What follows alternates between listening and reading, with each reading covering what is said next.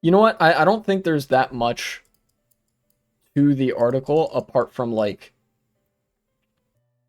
uh uh the headline and the first couple of paragraphs. So DHS denies tying FEMA funds to Israel stance. Yeah, the Trump administration recently uh, uh, implemented and then immediately tried to backpedal and gaslight everybody on a change to FEMA funding protocols. Basically, they made disaster relief funding in America contingent on whether a state is like loyal to Israel. I'm not kidding.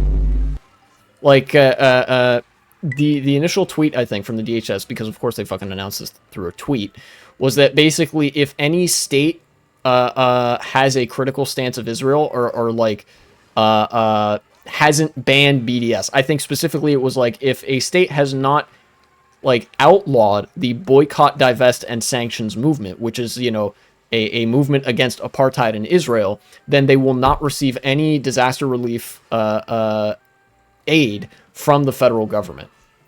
Right? So like if a hurricane hits your state or whatever, we just straight up won't help you.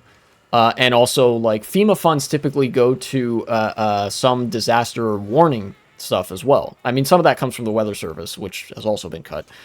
But basically, like we will throw you to the wolves if you don't support Israel, and that was so like disastrous from a fucking media perspective that they had to try to backpedal on that, right? And of course, I don't even remotely doubt that this was going to be like a partially, at least partially intended effect of this. This is going to fuel a lot of like real anti-Semitism, right? Because the same people that, you know, push shit like this onto everyone are the same people who say that like Israel equals Jews and Jews equals Israel. When you criticize Israel, that's anti-Semitism actually, because Israel equals Jews. Definitely not a fucking extremely racist and anti-Semitic thing to say when the majority of Jews in America are critical of Israel and do not support apartheid in Israel. And when the majority of Zionists, people who do support Israel, are not Jewish.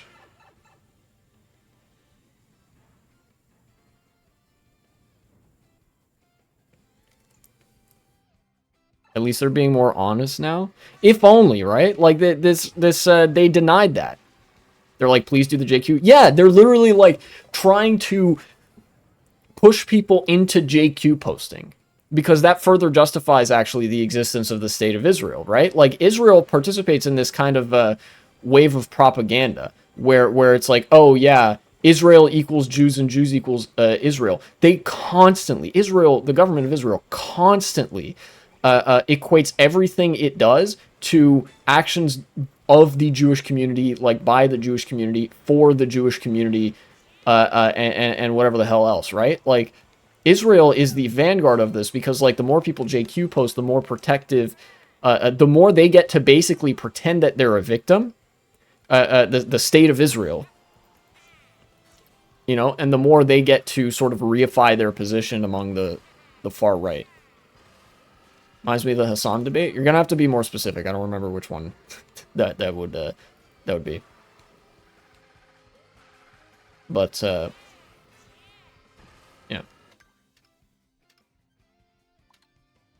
Let's see. Yeah, I guess I could go to Wario Stadium. Is the new one about Israel? I'll have to see that one. I actually don't see much of Hassan's stuff on YouTube.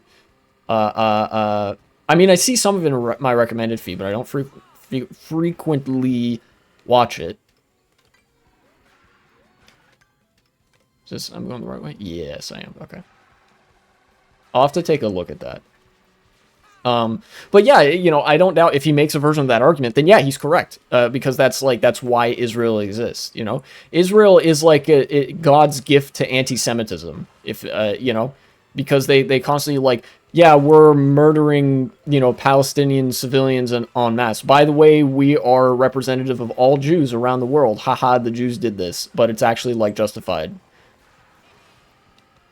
Oh, not YouTuber Hassan, Mehdi Hassan, you mean? I see. Gotcha, gotcha.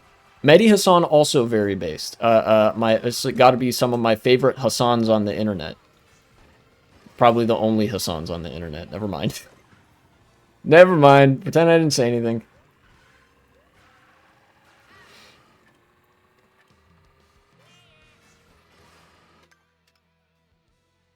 Oh yeah, that debate. I saw that. That was fucking painful. Yeah, the fucking J Street moron.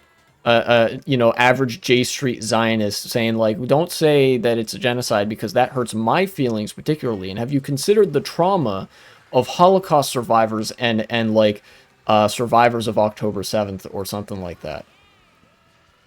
You know, by the way, nobody's more against Israel's actions in Gaza than me, but I just think that you should be pro-Israel actually.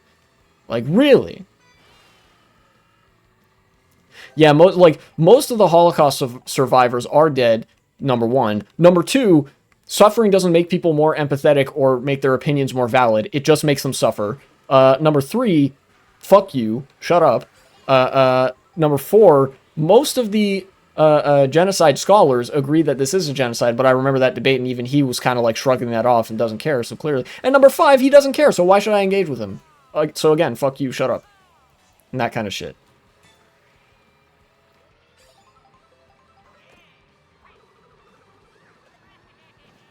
No, okay, I gotta retry. Hot take, suffering makes people have brain damage. Yeah, in fact, it's even been shown that, slightly different form of suffering rather than, ethnic repression. We're talking about abusive relationships, right? It is actually statistically shown that people who grew up in an abusive environment are both more likely to be the abuser in a relationship and also more likely to be the victim in a future abusive relationship, right? Like, people who have experienced dysfunctional relationships and have been victims of or perpetrators of abuse, or actually particularly victims of abuse, are like much more likely than everybody else by about tenfold, I think, or maybe 3 or 4-fold, something like that, to enter into another abusive relationship where they are either the perpetrator or the victim. It does break your brain. And I mean that's why abusive relationships are bad. They're bad exactly for the reason that it doesn't like make people's opinions valid, because it just makes you suffer. And when you suffer, that's, your brain and your emotional state suffer, which means that like there's a bunch of shit that gets thrown off. Not the most academic terms I know, but like, there are some pathologies that develop as a result of like people spending time in a profoundly dysfunctional or like hardship-inducing environment. There we go. Cleared a mission.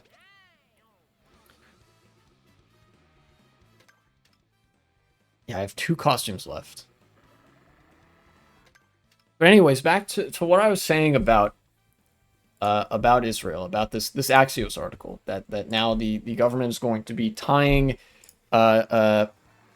disaster relief aid to whether or not states are sufficiently supportive of and like loyal to Israel. This is a moment of the government being massively cucked to Israel. But to counter a lot of people who were like who would be like actually anti-Semitic over this does not mean that Israel controls America or anything of the sort. In fact, it is more like, it's more accurate to say it the other way around, that America controls Israel. Israel is our attack dog. This is my preferred way of phrasing it. A lot of people, use the more academic framing that they are our wedge, a geopolitical wedge in the Middle East. But frankly, Israel is fucking unhinged and they are a rogue state. So I think describing them as an attack dog should suffice. And they are an attack dog that we are not willing to put on a leash, right? Israel represents the testing ground for the United States and a broader Western military-industrial complex, right? They are an arm of capital. Pure, like plain and simple, right? You might even consider them like the unique 51st state where like fucking anything goes militarily, We sink unlimited, borderline, completely unaccountable and unaccounted for money into the state of Israel to fuel the military-industrial complex, to put money in the pockets of defense contractors. That's the only reason that Israel exists. You know? In fact, the testing ground for a lot of the surveillance state that we see at home was done in Israel. Because again, that's the point. You know? It is in no way is Israel like representative of the Jewish community, except for the Jewish community that they have specifically pre-selected for, i.e. the most insane fucks on planet Earth that live in Israel. You know, Jews elsewhere are not not terribly represented by that, on the grounds that Israel claims to be like representative of all Jews, and Israel is a nation state. You know?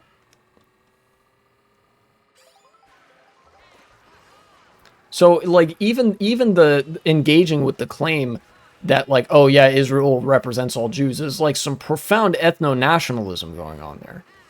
Like, ethno-state bullshit. You know? And of course, that's designed to sort of generate more anti-Semitism. So that Israel can have an easier time basically marketing itself to neoconservatives, neoliberals, so they can say, like, you know, we're being so victimized by these angry anti-Semites, ooh. You know, I see a lot of people, the reason I bring that up is just a lot of people defer to, like, Israel controls America, because it seems like America just fucking perpetually does whatever the fuck Israel wants, right?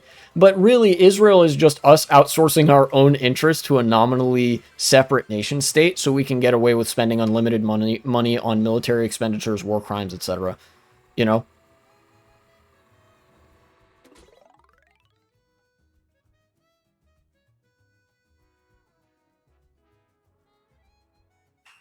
Like, take for example, AIPAC, right? The America-Israel Political Action Committee, right? That they're like, oh, we want Israel and America to have, like, good relations or whatever, you know?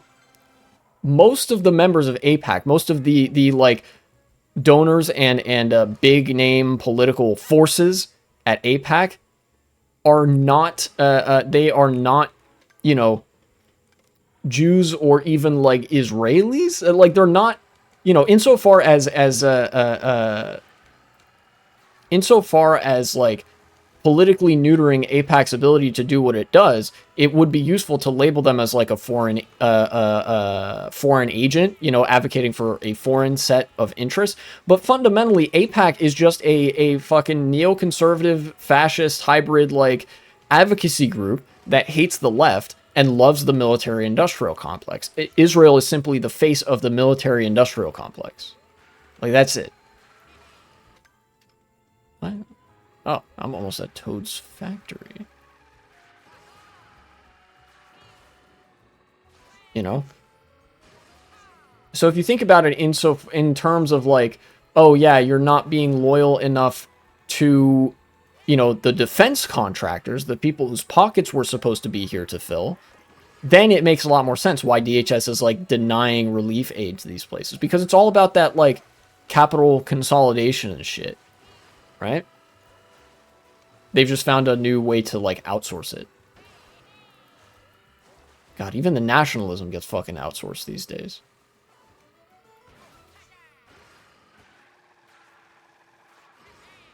Kind of crazy. There were so many people that back in the day were like America first, and now it seems like it's Israel first, America second. But, you know,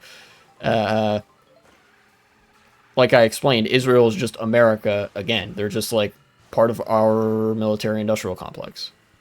You know, they train our cops. We test our surveillance shit over there. We test our fucking, like, AI models over there. You know, our contractors like Palantir and shit. You know, Palantir has been testing their shit over in Israel before they roll it out in America. That's what Israel is.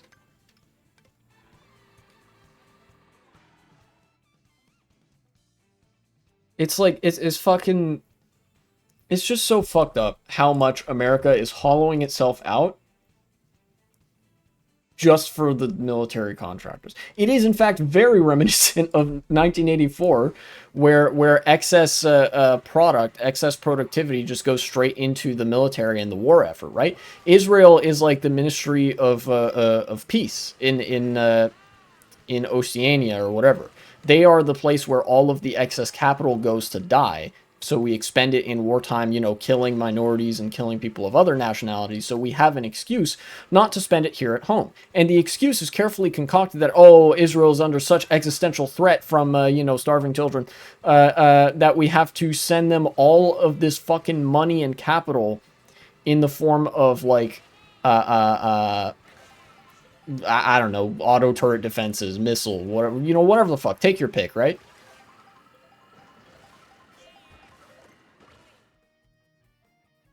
Yeah, I guess maybe I ought to give like a short recap of what all I just talked about. Again, probably preaching to the choir.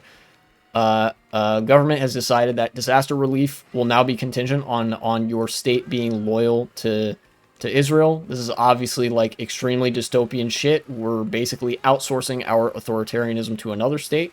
So you don't even have to be pro-America, you just have to be pro-Israel in order to get this disaster relief. Which, is America cucked to Israel? Yes. Are we controlled by Israel? No. Don't let that sort of spurious relation draw you into any of the fucking, like, Zionist-occupied government, you know, posting or whatever, where people are like, isn't it weird how many Jews there are in the government? Like, shut the fuck up.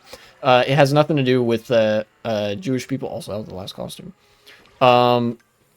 Has everything to do with the military-industrial complex, because Zionists and Jews are not even remotely the same category. Most Jews in America are very critical of Israel, and you know, most Zionists in America are very not Jewish. You know,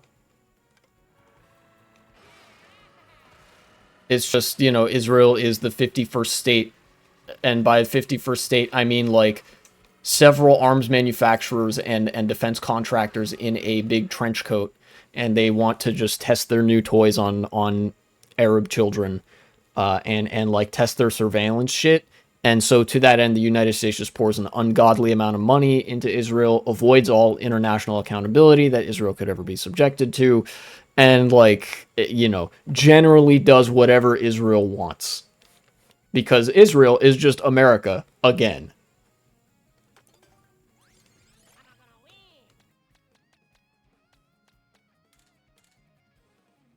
You know, and that's without me even needing to mention how many Israelis are also Americans. You know, I don't even think that necessarily has a direct bearing to the argument. It's just like an overlap that exists.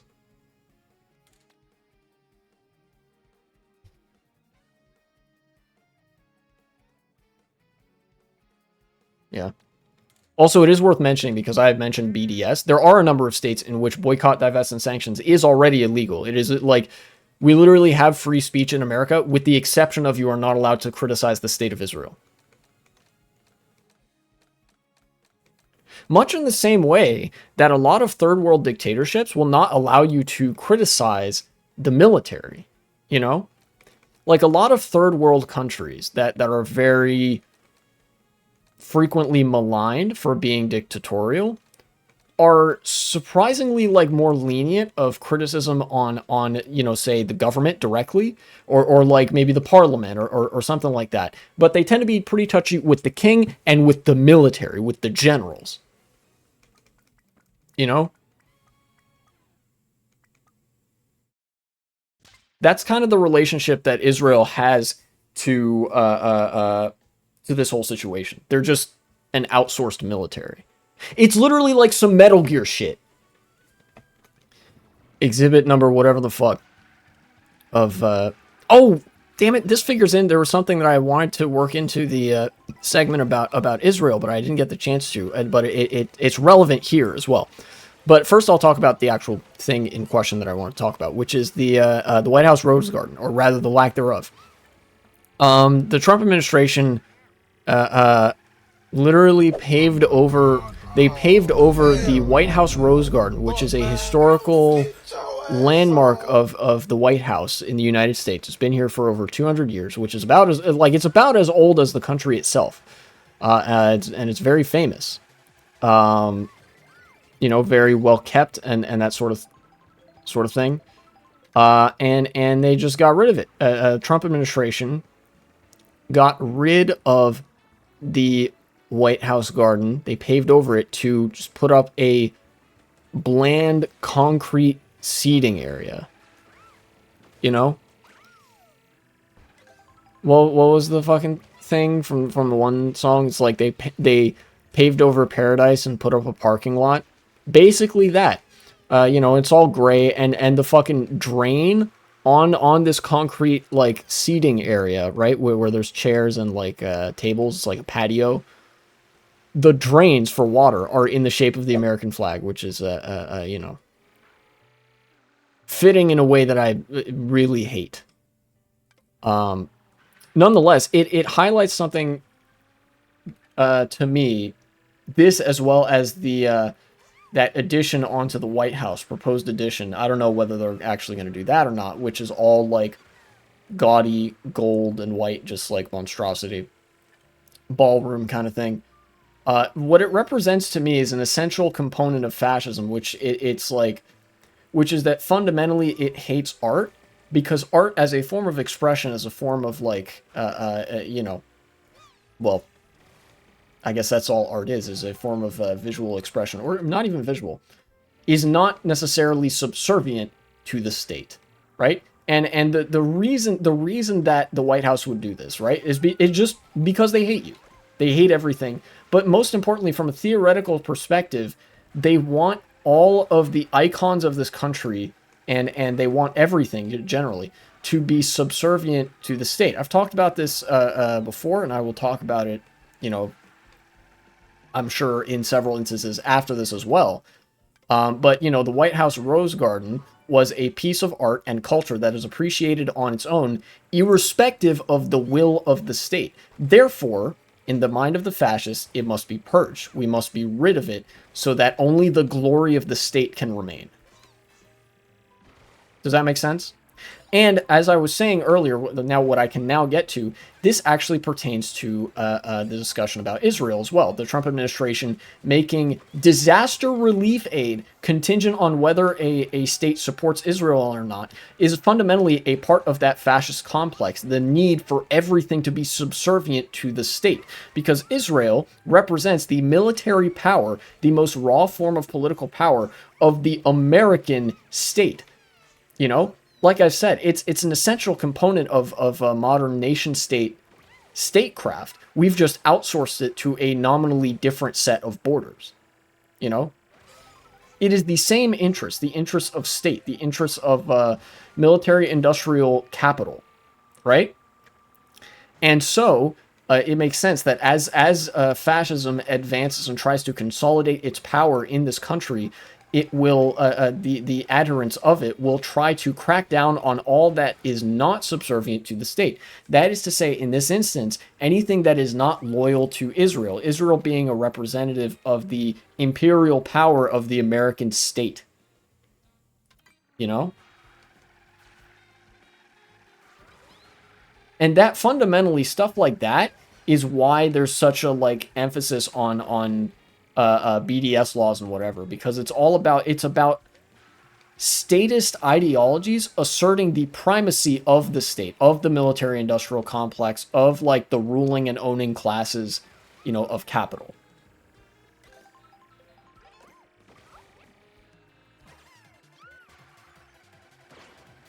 You know? But in parlance that a, you know, regular ass person who is not reading Rosa Luxemburg for fun will understand, because, you know, that such a person who is normal, is not mentally ill like myself, they hate you. They're doing this, you know, in the short version is just because they hate you, they hate life, they hate art, and they hate good things, because, you know, they can't control art, necessarily.